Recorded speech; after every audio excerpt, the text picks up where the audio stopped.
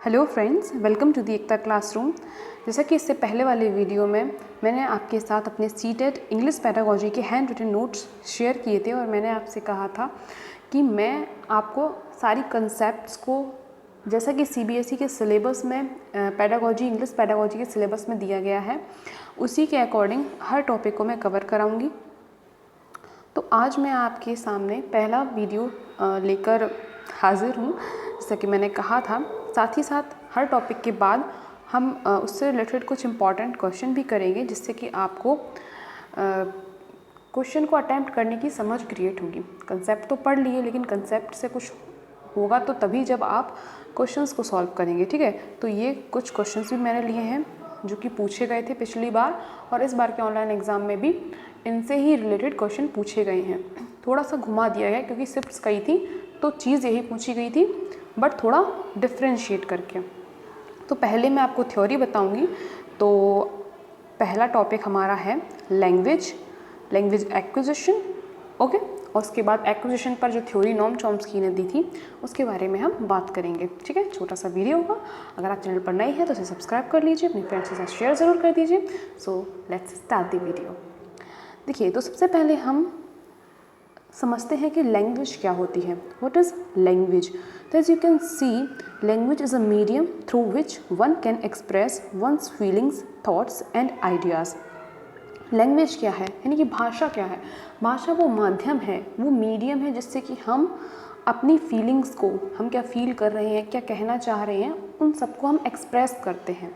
ठीक है, तो वो लैंग्वेज है जिसके माध्यम से हम एक्सप्रेस करते हैं, वो भी क्या है, हमारा लैंग्वेज है, भाषा है वो हमारी। ठीक है, इतनी बात आपको समझ में आ गई होगी। अब देखते हैं कैरेक्टरिस्टिक्स ऑफ लैंग्वेज। तो ये जो मैं आपको करवा रही हूँ, इनके नोट्स मैं डिस्क्रिप्शन में लिंक डाल दूँगी, आप उन्हें सीधे डाउनलोड कर सकते हैं, और अगर आप चाहें तो उन्हें सीधे लिख भी सकते हैं, एज योर विश। ओके, तो जैसे कि ये क्वेश्चन है कैरेक्टरिस्टिक्स ऑफ लैंग्वेज। इससे क्वेश्चन बना है इस टॉपिक से कि उन्होंने कई सारे ऑप्शंस दे दिए, फिर इसके बाद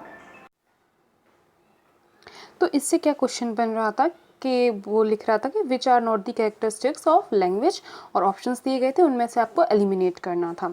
ठीक है, तो इसमें हम इन पॉइंट्स को आपको याद रखना है। It acts as a mean of communication. ये तो सबको पता ही है, ये लैंग्वेज जो है, यानी कि जो भाषा है, वो एक कम्युनिकेशन का, यानी कि एक दूसरे से संपर्क स्थापित करने का एक माध्यम है। ठीक है, it is symbolic and dynamic.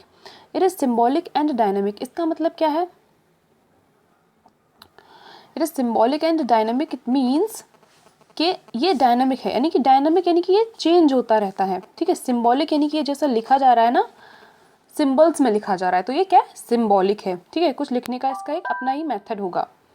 तो इसके बाद क्या आता है? It is complex. क्या? इट मीन्स ये जटिल है। ठीक है, कॉम्प्लेक्स है।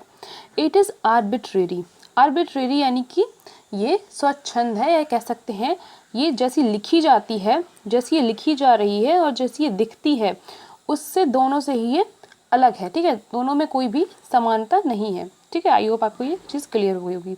इसके बाद चलते हैं मोस्ट इम्पॉर्टेंट थिंग क्या है, English as a second language. इससे भर भर के क्वेश्चन पूछे जाते हैं। English as a second language, तो हिंदी हमारी क्या है, फर्स्ट लैंग्वेज।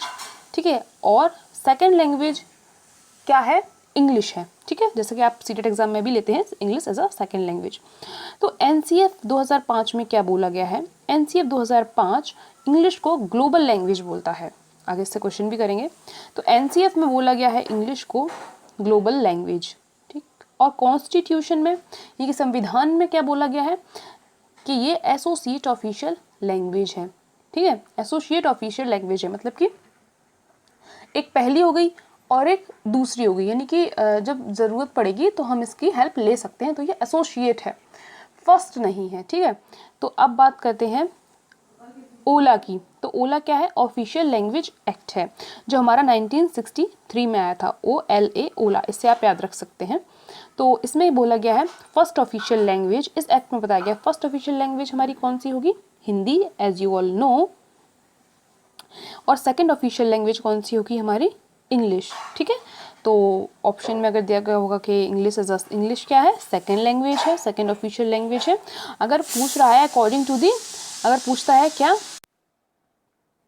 एनसीएफ 2005 कहता है कि इंग्लिश क्या है, ग्लोबल लैंग्वेज है। ये पूरा सेंटेंस लिखा हुआ आएगा according to the NCF, English in a multilingual country is, तो उसमें ऑप्शन दिए गए होंगे सेकंड लैंग्वेज, ग्लोबल लैंग्वेज, है ना, एसोसिएट लैंग्वेज।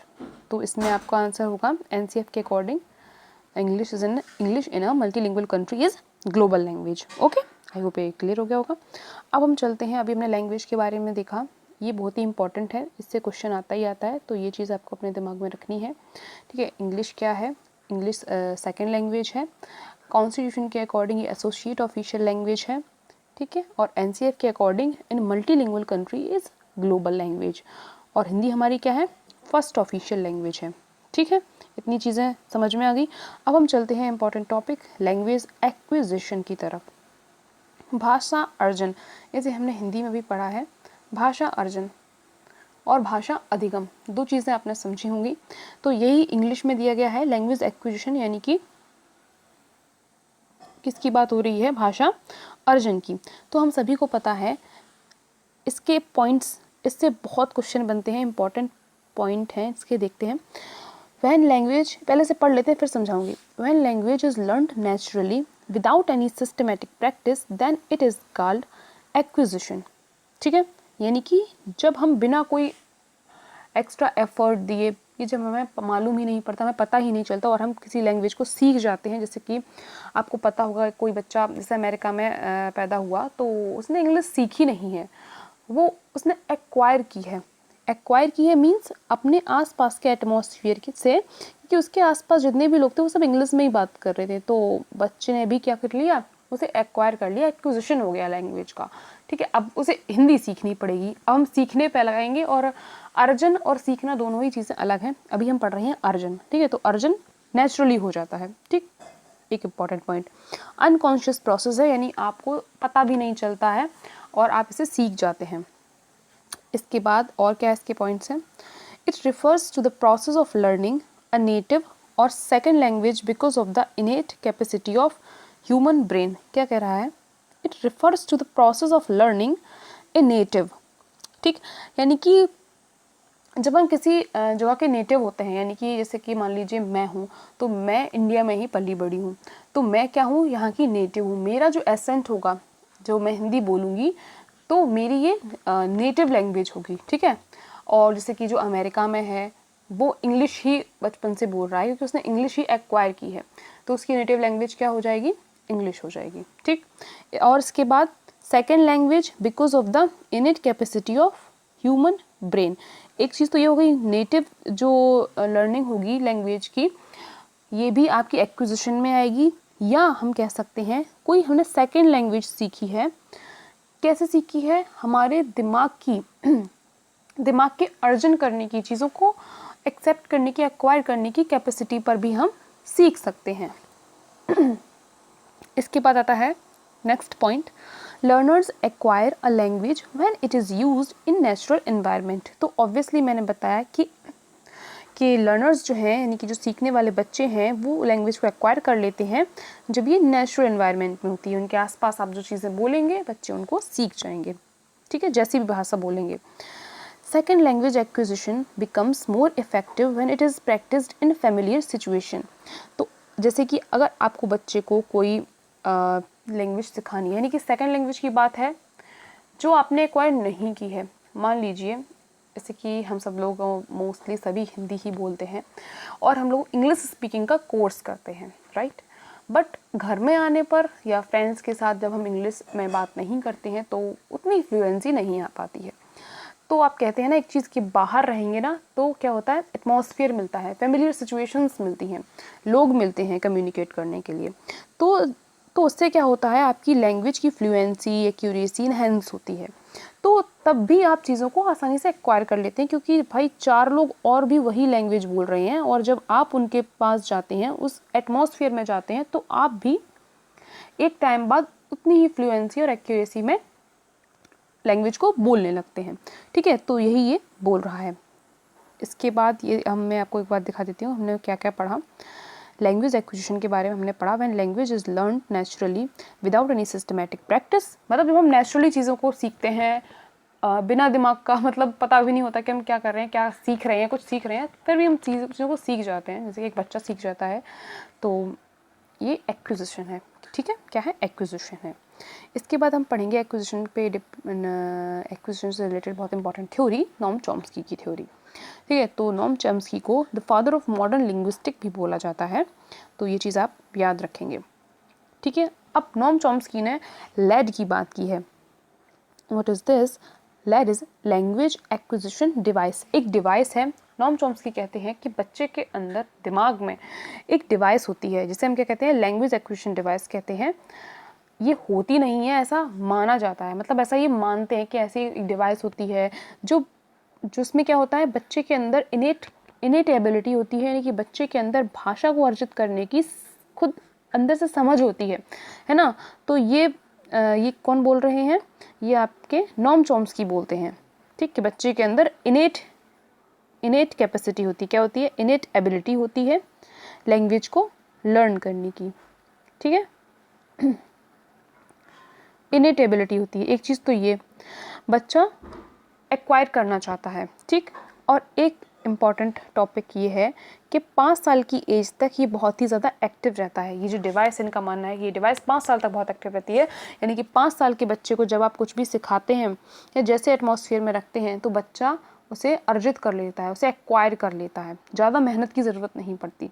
इसी पीरियड को क्या कहते हैं? क्रिटिकल पीरियड कहते हैं। ये मोस्ट इंपॉर्टेंट पॉइंट है। इस पीरियड को हम क्या कहते हैं? क्रिटिकल पीरियड कहते हैं, क्योंकि इसमें बच्चा बहुत ही आसानी से चीज़ों को सीख जाता है। आप जो उसे सिखाते जाते हैं, जैसा एनवायरनमेंट देते हैं, उसी एनवायरनमेंट में बच्चा अपने आप को एक्वायर करता है, अडेप्ट करता है। ठीक है, और नॉम चॉम्स्की ने इंपॉर्टेंट टर्म की बात की है, यूनिवर्सल ग्रामर। यूनिवर्सल ग्रामर क्या है?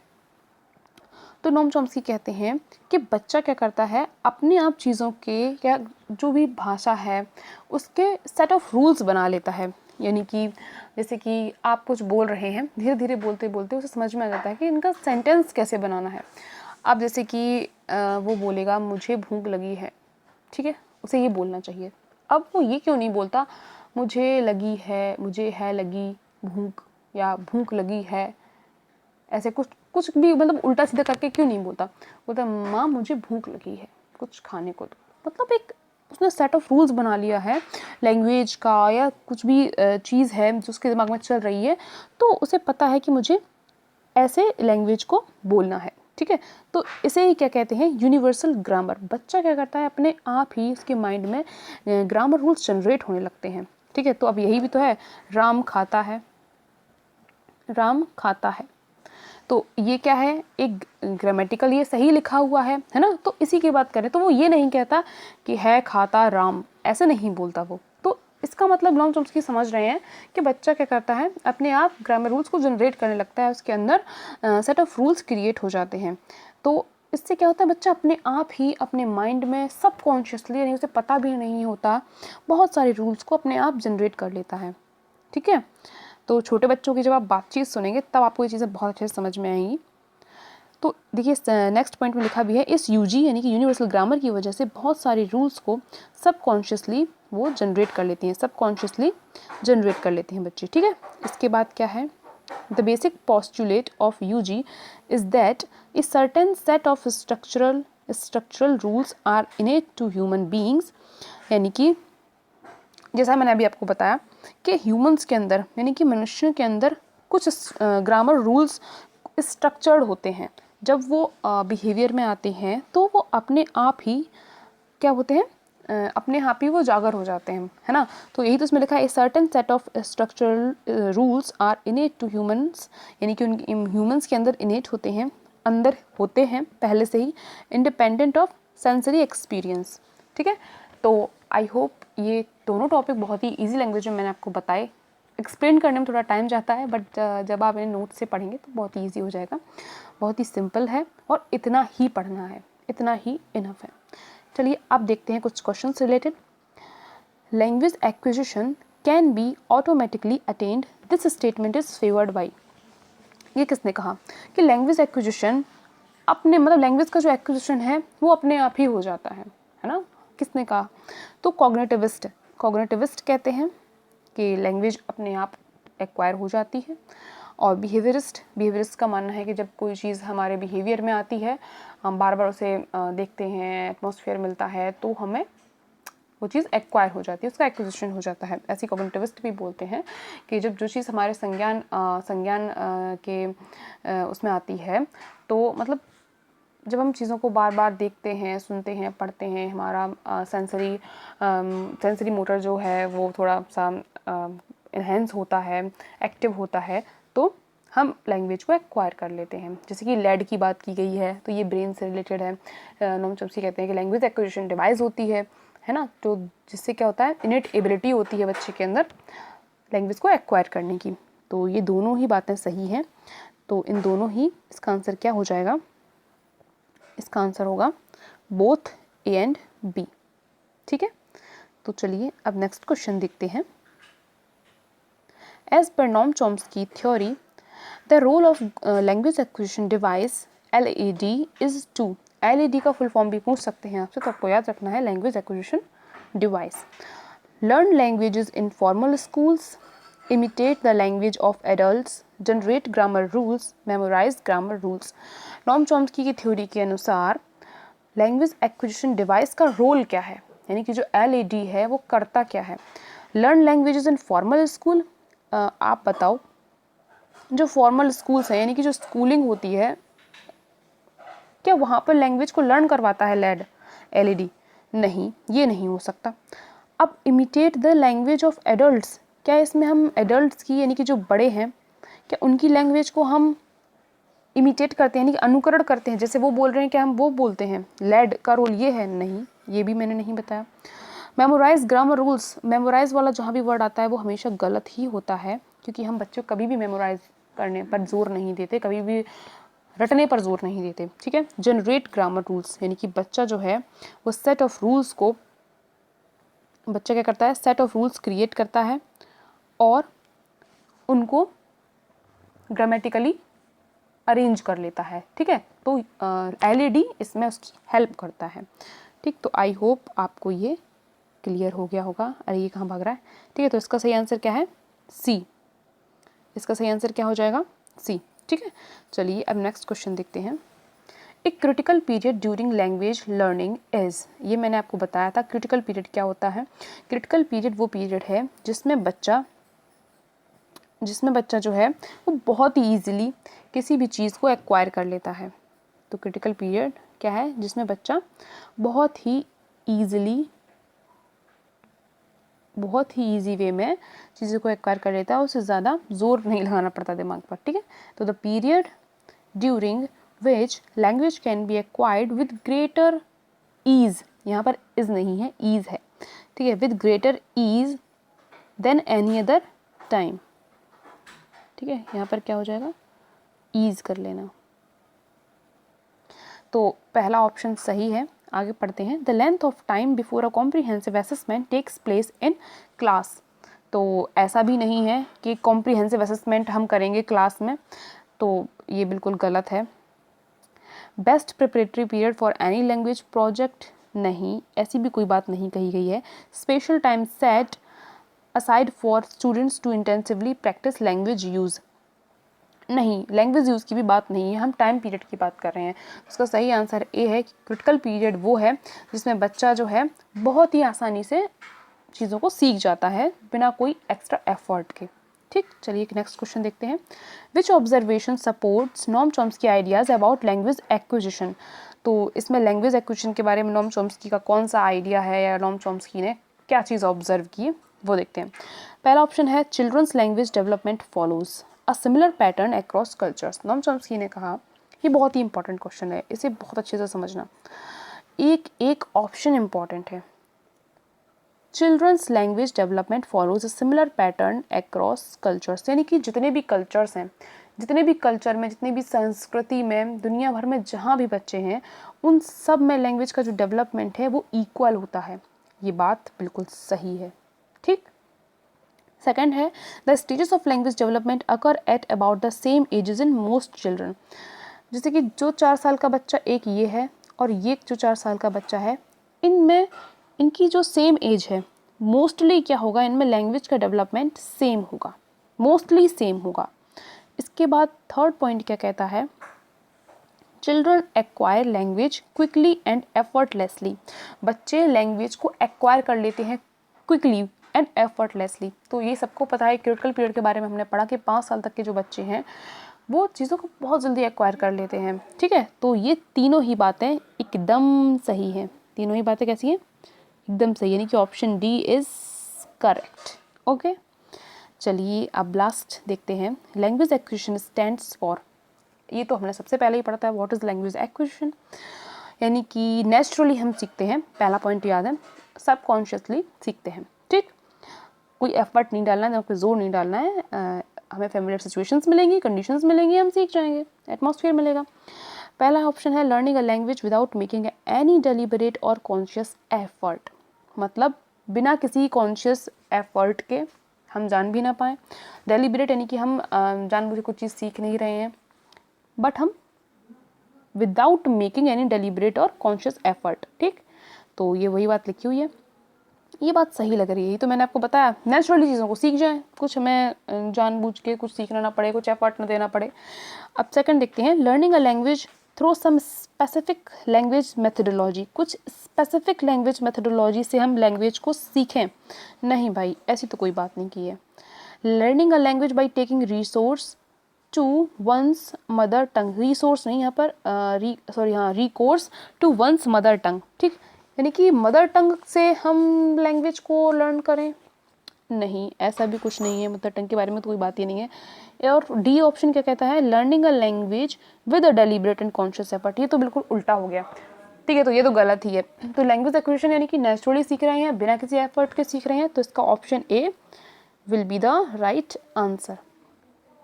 तो आई होप आपको ये टॉपिक अच्छे से समझ में आया होगा। इसके बाद हम नेक्स्ट करेंगे, ये हमारा पहला टॉपिक क्लियर हो गया, लैंग्वेज एक्विजिशन। इसके बाद हम चलेंगे लैंग्वेज लर्निंग, और उसके बाद हम पढ़ेंगे उन दोनों का डिफरेंस क्या है, जो कि बहुत ही इंपॉर्टेंट है। ऐसे ही धीरे धीरे अपने टॉपिक्स को कवर करेंगे, जैसा कि आपका CBSE सिलेबस में दिया गया है।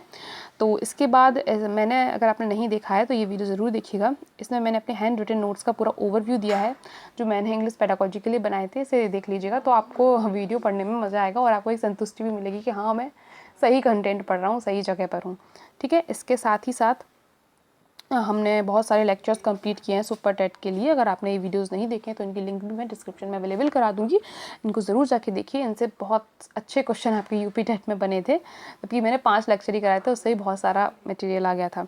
और पॉलिटी को भी बहुत अच्छे से पढ़ाया जा रहा है, और इनकी PDF भी नोट्स की अवेलेबल है, तो यू कैन विज़िट। इसके साथ ही साथ विश्व के घास के मैदान बहुत ही अच्छे से पढ़ाए गए हैं, विश्व का भूगोल भी चल रहा है, तो आप इसे भी जाके देख सकते हैं क्वेश्चंस के साथ, ठीक है। और अगर आपको वीडियो पसंद आता है तो इसे लाइक कर दीजिएगा, चैनल को सब्सक्राइब करना बिल्कुल ना भूलिएगा, और दोस्तों के साथ शेयर कर दीजिएगा। तब तक के लिए इंतज़ार कीजिए नेक्स्ट वीडियो का। Bye bye and take care.